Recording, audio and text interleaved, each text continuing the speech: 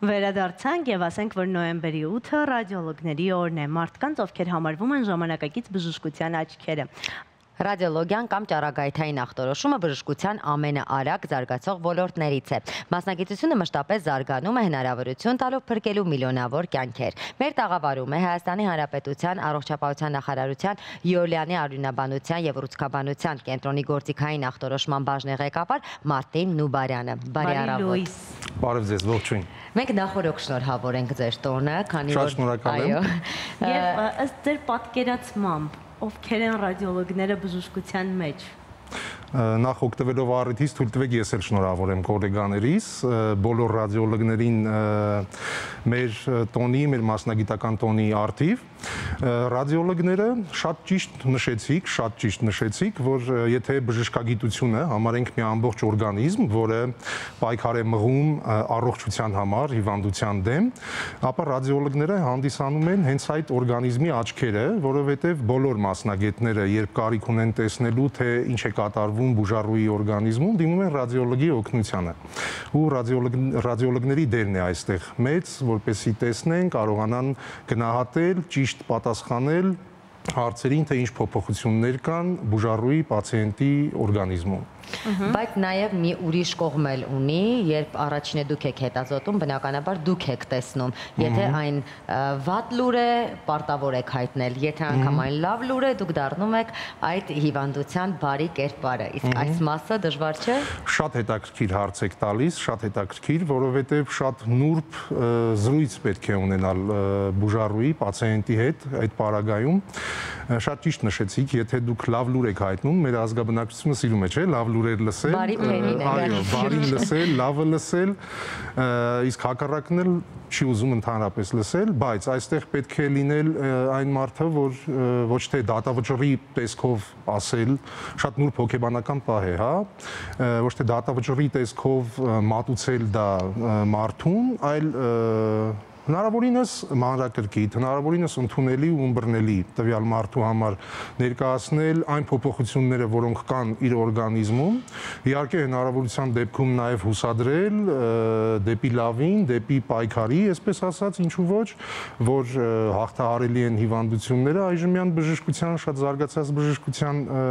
օրերում, որպեսզի ինքն էլ ճիշտ տրամադրվի, ճիշտ տրամադրվածությամբ, ճիշտ հոգեվիճակով դուրս գա քո աշխատասենյակից։ Որպեսզի մեր հեռուստադիտողի համար մի փոքր ավելի պարզ լինի ամեն ինչ, խնդրում եմ ասեք, թե որ գործիքային հետազոտությունների մասին է ռադիոլոգիան։ Ռադիոլոգիան դա բոլոր այն հետազոտություններն են, որոնցում օգտագործվում են ճառագայթային մեթոդներ։ Հիմնականում ճառագայթային, հիմա ավելի լայն հասկացություն է ռադիոլոգիան, ամենաառաջինը, ինչու է հենց նոյեմբերի 8-ը ռադիոլոգների օրը, որովհետև հենց այդ նույն օրը ռենտգենը հայտնաբերեց այդ հայտնի ճառագայթները, Վիլյամ Կոնրադ ռենտգենը,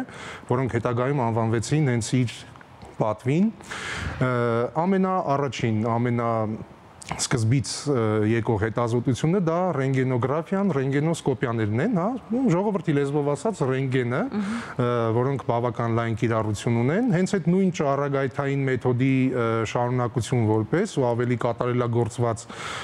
տարբերակը հանդիսանում է համակարգչային շերտագրությունը, որը էլի օգտագործելով ռենտգեն ճառագայթները կարողանում է եռաչափ պատկերներ ստանալ շատ ավելի մանրակրկիտ ու ավելի լայն հետազոտություն կատարելու համար։ Ուլտրաձայնային հետազոտությունների մեթոդները, որոնք արդեն այստեղ օգտագործվում են գերձայնային ուլտրաձայն, հա, հենց դա է նշանակում, գերձայնային այդ հաճախականությունները օրգանիզմից պատկերներ ստանալու համար եւ նրանք արդեն հետազոտելու, դիագնոզ ստանալու համար, մագնիսառեզոնանսային տոմոգրաֆիան, որը արդեն օգտագործում է մագնիսական դաշտի ստեղծած հնարավորությունները պատկերներ ստանալու համար եւ բազմաթիվ այլ հետազոտություններ, պոզիտրոն էմիսիոնային տոմոգրաֆիա եւ այլ բազմաթիվ հիբրիդային նույնիսկ, այսինքն միախառնված տարբեր հետազոտություններ։ Իսկ մի փոքր կկիսվեք մեզ հետ, թե որ սարքի հեղինակն է հայ։ Հա, իհարկե, Ռայմոնդ Դամադյանի մասին եք հարցնում, մագնիսառեզոնանսային տոմոգրաֆի հիմնադիրներից մեկն է հանդիսանում ու իհարկե հենց մեր ռադիոլոգներից համար էլ, հայ ռադիոլոգների համար հատկապես, իհարկե մեծ հպարտության առիթ է սա։ Ոչ միայն ռադիոլոգ ռադիոլոգների չէ, Մեզ համար նույնպես։ Իհարկե։ Պացիենտների համար շատ հաճախ այսպես հասկանալի չէ, թե իրենց հիվանդությանը դժվար ճանապարհին ինչպես են պայքարելու եւ նաեւ ինչ դեր ունի ռադիոլոգը։ Եկեք մի փոքր այս մասին խոսենք եւ արդյոք դուք հիվանդության այդ բուժման ընթացքը նույնպես անցնում եք բժշկի, պացիենտի հետ միասին։ Իհարկե, շատ կարևոր միասնություն է դա բուժման ընթացքում, հատկապես օրինակ այնպիսի կենտրոններում, ինչպիսիք մերն են, որտեղ բուժում են ստանում արյունաբանական, ուռուցքաբանական խնդիրներով պացիենտներ, ում բուժումը սովորականից, այլ ինչ-որ պաթոլոգիաների հետ համեմատ փոքր-ինչ ավելի երկար է ու ռադիոլոգիական հսկողությունն էլ այդ ընթացքում ավելի հաճախակի է կատարվում, քան կարող են կատարվել օրինակ այլ պաթոլոգիաների ժամանակ ու մշտական կապը հենց այստեղ է լինում պացիենտի, բուժող բժշկի, այսինքն կլինիցիստի, իր բուժող մասնագետի ու ռադիոլոգի, որովհետև ամբողջ բուժման ընթացքը, ամբողջ բուժման գնահատումը, բուժման ավարտից հետո, լավ արդյունք ստանալուց հետո այդ ձեռքբերման, այսպես ասած, պահպանումը եւ այլն, ամբողջը կատարվում է ռադիոլոգիական եւ իհարկե ուրիշ այլ, լաբորատոր եւ այլ գործիքային հետազոտություններով, բայց ռադիոլոգների դերը այստեղ շատ մեծ է, իհարկե ամենասկզբում դիագնոզելու, ճիշտ ուղու վրա տանելու ախտորոշման ճանապարհը, այնուհետեւ երբ որ կա հստակ ախտորոշում, սկսում ենք բուժման ընթացքում կոնտրոլի, բուժման արդյունավետության գնահատման եւ հետագա արդյունքների պահպանման համար։ Բոլոր երեքի կապն է շատ կարևոր, եւ պացիենտ ռադիոլոգ, եւ պացիենտ կլինիցիստ, եւ կլինիցիստ ռադիոլոգ։ Սակայն կարծես թե ռադիոլոգիան միայն հիվանդությունը բացահայտելու եւ ախտորոշելու համար չէ։ Արդյոք այն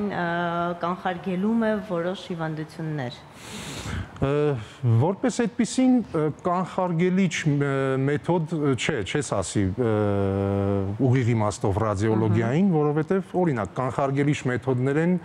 վակցինացիաները, պատվաստումները, բայց ինչ մեծ կարևոր դեր ունի ռադիոլոգիան, որ ասում ենք, չէ, բժշկության մեջ բոլորս միշտ պնդում ենք, որ կանխարգելելն ավելի հեշտ է, քան բուժելը, կամ ցանկացած պաթոլոգիաների բուժումը ավելի արդյունավետ, հեշտ ու կարճ ժամանակ է պահանջում, այն դեպքում, երբ ժամանակին է դիագնոզվում ու դիագնոզվում է վաղ փուլերում։ Այստեղ է կարևորությունը լինում ռադիոլոգիայի, որպեսզի կարողանանք հիվանդությունները ամենավաղ փուլերում տեսնել, գնահատել, ախտորոշել, ճիշտ ուղղորդել պացիենտին համապատասխան մասնագետների մոտ, որպեսզի հնարավորինս կարճ ժամկետում ստանա adekvat ու օպտիմալ բուժում ու ազատվի այդ հիվանդությունից։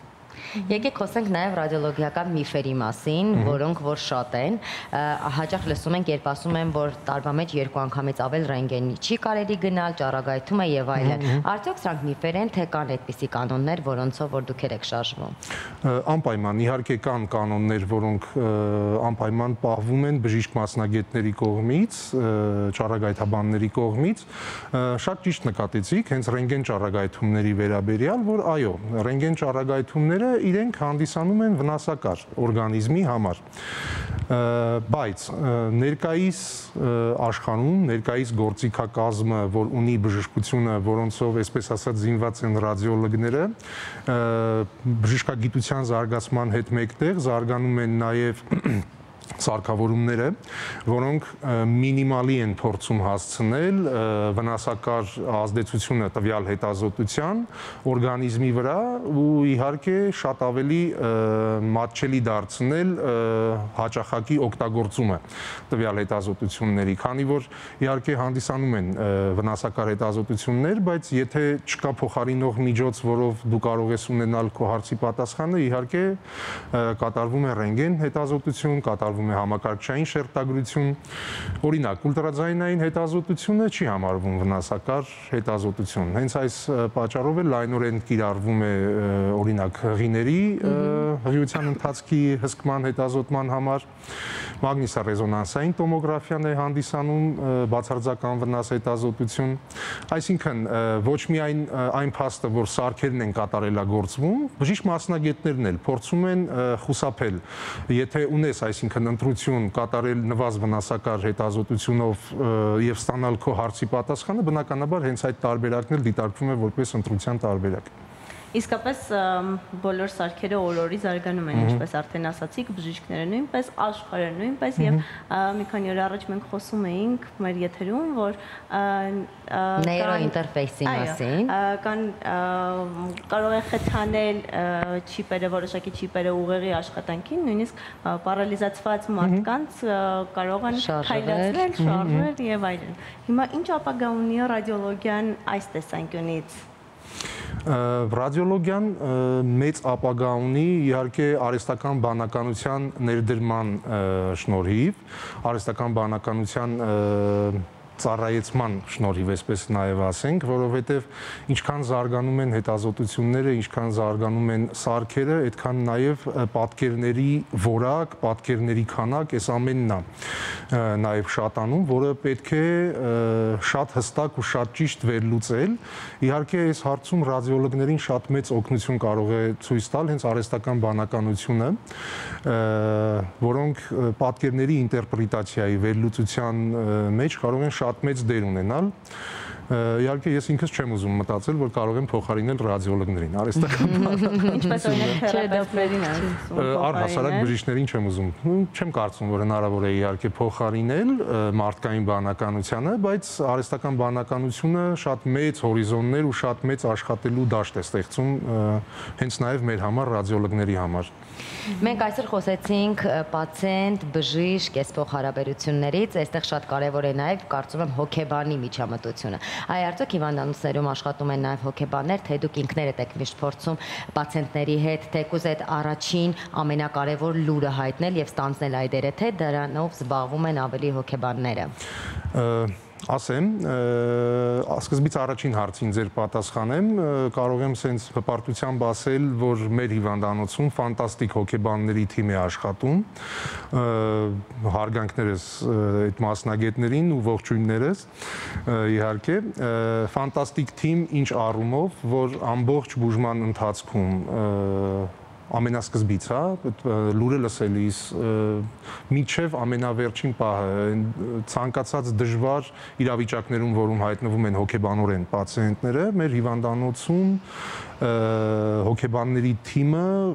կոլոսալ աշխատանք է կատարում ու շատ հետևողական ու շատ արդյունավետ հիանում եմ ուղղակի իրենց աշխատանքով, բայց իհարկե հոգեբանը չի կարող ամբողջ օրը քեզ հետ անցկացնել եւ ամեն զրույցին մասնակից լինել,